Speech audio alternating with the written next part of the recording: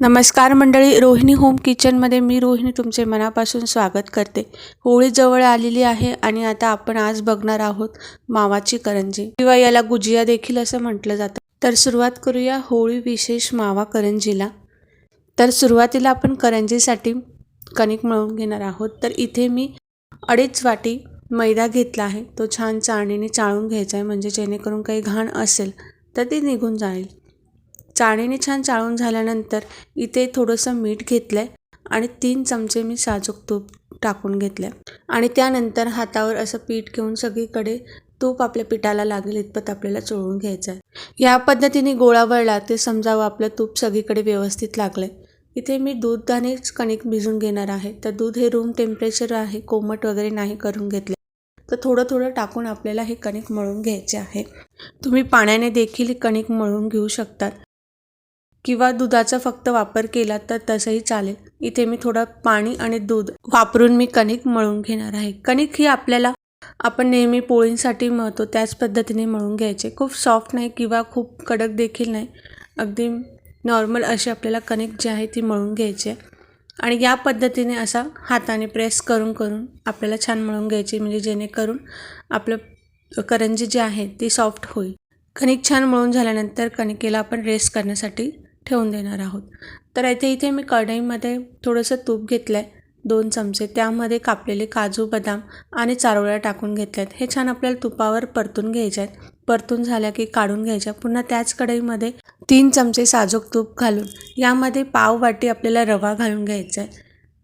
3 ते 4 चमचे हा रवा आहे, याला छान मस्त सोनेरी रंग येईपर्यंत भाजून घ्यायचा आहे।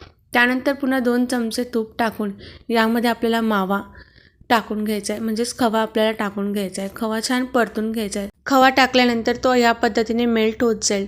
मावा असा कढईपासून वेगळा व्हायला लागला, म्हणजेच तो सुटायला लागला, तर समजून जावं की आपला मावा जो आहे तो रेडी आहे। आणि तुम्ही पाहू शकतात किती छान गोल्डन कलर आलाय। मावा एका प्लेटमध्ये काढून थंड झाल्यानंतर हाताने त्याला असं सगळं मोडून घ्यायचं। हा छान पद्धतीने मोकळा झाला की यामध्ये आपल्याला आता भाजलेला रवा घालायचा आहे, काजू बदामाचे काप, सुकं खोबरं आणि वेलची पूड टाकून घ्यायचे। हे छान आपल्याला मिक्स करून घ्यायचे। मिक्स करून झाल्यानंतर यामध्ये पिठी साखर घेतली।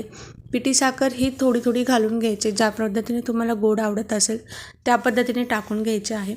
कारण खवा हा थोडासा नॉर्मल गोड असतो किंवा बऱ्याच खव्यांमध्ये साखर देखील असते, तर त्या पद्धतीने तुम्ही ॲड करून घेऊ शकता तुमच्या आवडीप्रमाणे। त्यानंतर इथे पुन्हा कणिक आपल्याला छान थोडीशी मळून घ्यायचे। मळून झाल्यानंतर त्याचे आपल्याला छोटे छोटे गोळे करून घ्यायचे आहेत आणि हे गोळे आपल्याला लाटून घ्यायचे आहेत। लाटून झाल्यानंतर जर खाली चिपकत असेल तर थोडंसं मैदाच घेतला आहे मी, मैदा थोडा लावून पुन्हा लाटून घ्यायचा आहे आणि एक वाटीच्या सहाय्याने याला एक छान शेप देऊन द्यायचा आहे। आणि यामध्ये आपल्याला सारण भरून घ्यायचं आहे। सारण हे कडेला नको जास्त पडायला, जर असेल तर ते व्यवस्थित छान मध्यभागी आणून करून घ्यायचं आहे आणि एक छान त्याला व्यवस्थित शेप द्यायचा आहे। आता करंजीच्या सर्व कडांना आपण पाणी लावून घेणार आहोत या पद्धतीने, आणि करंजीची एक बाजू उचलून दुसऱ्या बाजूला आपल्याला ती लावून द्यायचं आहे आणि थोडं असं प्रेस करून ती बाजू जी आहे ती बंद करून घ्यायची आहे, म्हणजे जे सारण आहे ते बाहेर येणार नाही। आणि या पद्धतीने आपण त्याला शेप देणार आहोत। खालचा भाग वर करून त्याला असं बोटाने थोडं प्रेस करून आपल्याला अशा कळ्या पाडून घ्यायच्या आहेत।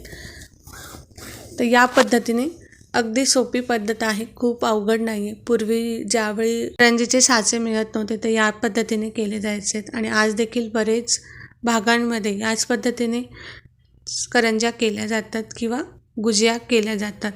तर बघा आपण छान व्यवस्थित अशा शेप देऊन झालेला आहे। तर मी इथे तुम्हाला गोल पण करून दाखवते। त्याच पद्धतीने सारण भरून घ्यायचं आहे आणि आजूबाजूला पाणी लावून, कडांना पाणी लावून ते छान प्रेस करून घ्यायचं आहे, म्हणजे सारण बाहेर यायला नको। हे छान एकदा प्रेस करून झालं की पुन्हा आपल्याला याच पद्धतीने शेप आपण देऊ शकतो। तर अशाच कडेकडेने आपल्याला छान व्यवस्थित थोडं बोटाने प्रेस करून एक आकार छान द्यायचा आहे। तुम्हाला जो शेप आवडत असेल तर तुम्ही तो देऊ शकतात किंवा तुम्ही फोर्कचा वापर करून सुद्धा कडेकडेने फोर्क दाबून त्याला त्या पद्धतीने एक आकार देऊ शकतात। तर आपली ही दुसरी करंजी पण तयार आहे।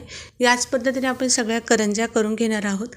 आता तेल मी गरम करून घेतले आणि गॅस जो आहे तो आपल्याला मीडियम किंवा कमी ठेवलात तरी देखील चालेल. खूप जास्त हाय फ्लेमवर आपल्याला करंज्या नाही तळून घ्यायच्या आहेत. आणि करंज्या आपल्याला खूप गोल्डन कलरमध्ये नाही तळून घ्यायच्या आहेत. अगदी नॉर्मल कलर येईपर्यंत थोडा सोनेरी रंग आला की करंज्या ह्या लगेच काढून घ्यायच्या आहेत. त्याच पद्धतीने आपण सगळ्या करंज्या ज्या आहेत त्या फ्राय करून घेणार आहोत. तुम्ही पाहू शकता दुसरा बॅच देखील आपला तयार झाला आहे आणि कलर देखील खूप छान आलेला आहे. तर आपल्या सर्व करंज्या खूप छान तळून झालेल्या आहेत. तुम्हाला जर रेसिपी आवडली असेल तर लाईक करा, शेअर करा, कमेंट करा, सबस्क्राईब करायला विसरू नका. भेटूया पुन्हा अशा छान खमंग रेसिपीसोबत. तोपर्यंत धन्यवाद.